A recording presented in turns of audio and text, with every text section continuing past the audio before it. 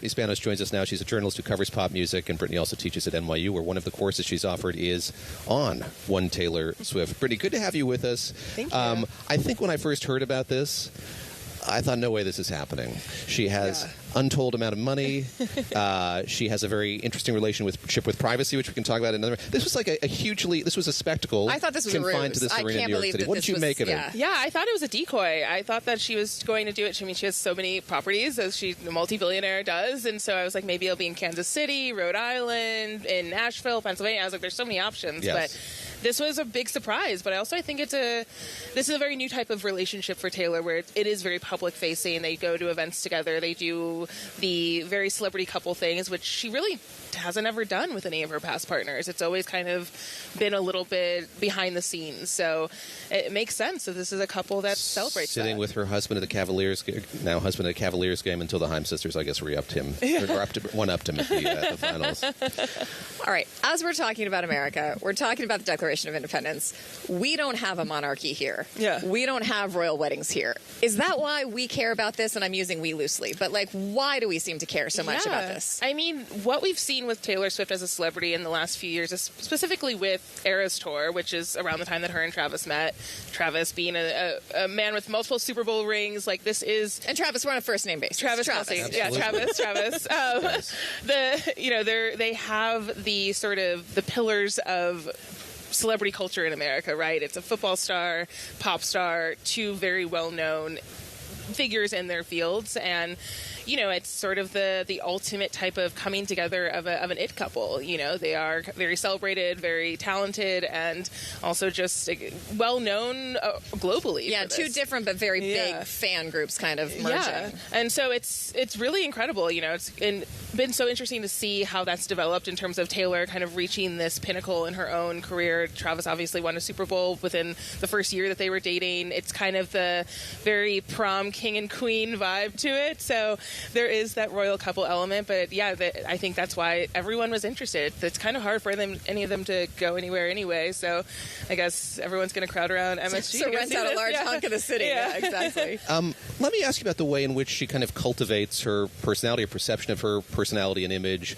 and also her relationship to privacy. I mentioned this just a moment ago. So we've had these moments where she spouses a very private person, and then maybe a few months later we have the release of a self-funded documentary or a documentary series on the Eras Tour. How does she regard her privacy, her image, and how does that compare to kind of other pop stars of her renown?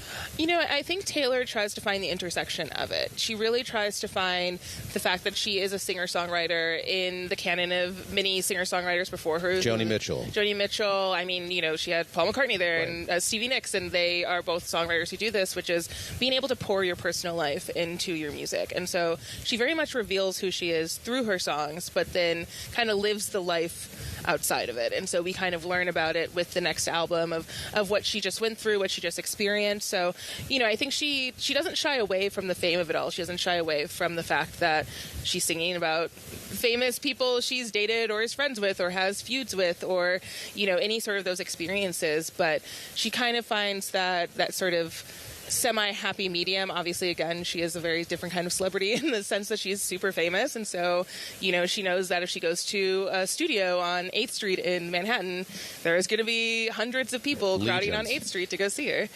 Before we let you go, I want to ask you about fandom in general. It seems like a very American phenomenon, and I don't know if you feel this, but I feel like it has this extreme fandom, and nothing Taylor Swift ever can do will ever be bad for some of her extreme fans.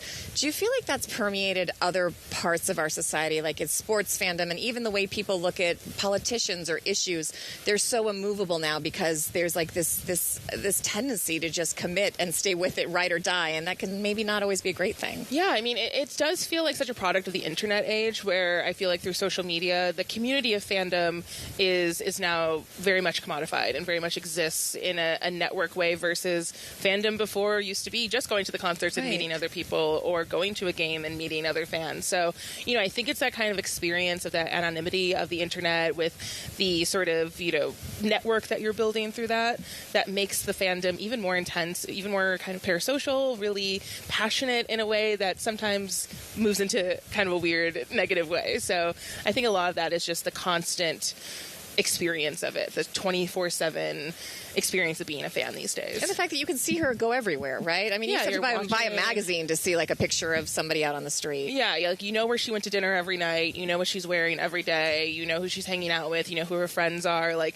we are experiencing it in such a high volume in a way that we've never had experience for many decades. Very quickly before we let you go, about 20 seconds here, you teach a course on Taylor Swift. Is there anyone else in this pantheon you could teach a course like this on at this moment? Oh gosh, I mean, there's so many. I mean, I feel like there's so many great pop stars who are super big right now. I mean, there are other classes on Beyonce and Bad Bunny, and so I feel like those are obviously the most obvious answers. But yeah, I think there's so many great pop stars who've been able to make long careers who are very much worth studying.